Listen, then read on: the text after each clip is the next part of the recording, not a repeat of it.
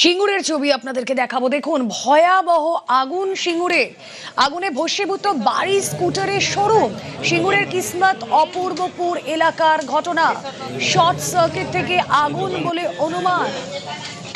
দমকলের 4টে ইঞ্জিনের প্রচেষ্টায় আগুন নিয়ন্ত্রণে, কিন্তু কিভাবেই আগুন লাগলো? শর্ট সার্কিট থেকে আগুন লেগেছে বলে অনুমান।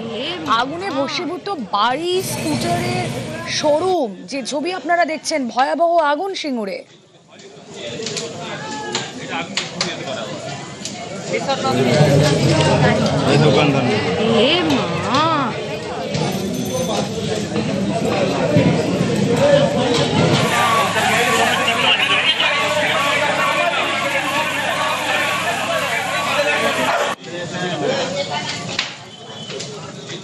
কথা বলবো, রানা সহকর্মী রয়েছেন সঙ্গে। রানা, শর্ট সার্কিট থেকে আগুন, কিভাবে আগুন লাগলো, কি জানা যাচ্ছে, আর কি কি ছিল এখানে?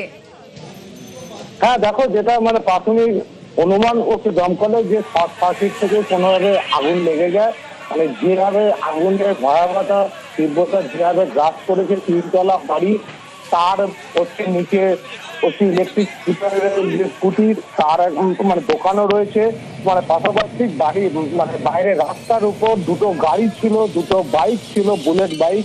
এখানে আগুন ছড়িয়ে পড়ে, ফলে নিমেষের মধ্যে দুটো গাড়ি, দুটো বাইক ও যে বাড়ির নিচে থাকা যে স্কুটির যে শোরুম, যেখানে স্কুটি রাখা ছিল, সেই স্কুটির দোকান সম্পূর্ণ ভস্মীভূত হয়ে যায়। শুধু তাই না, সম্পূর্ণ বাড়িটা আগুনে ভস্মীভূত হয়ে গেছে। বেশ, তারপর দমকলের 4টে ইঞ্জিনের চেষ্টায় আগুন নিয়ন্ত্রণে আসে।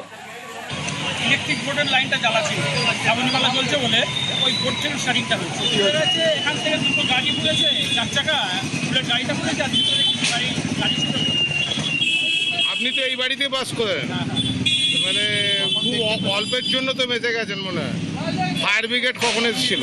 ফায়ার ব্রিগেড মোটামুটি সিঙ্গুর থানা আবার ফায়ার ব্রিগেড চলে আসছে, 5 ঘন্টা পরে ছিল।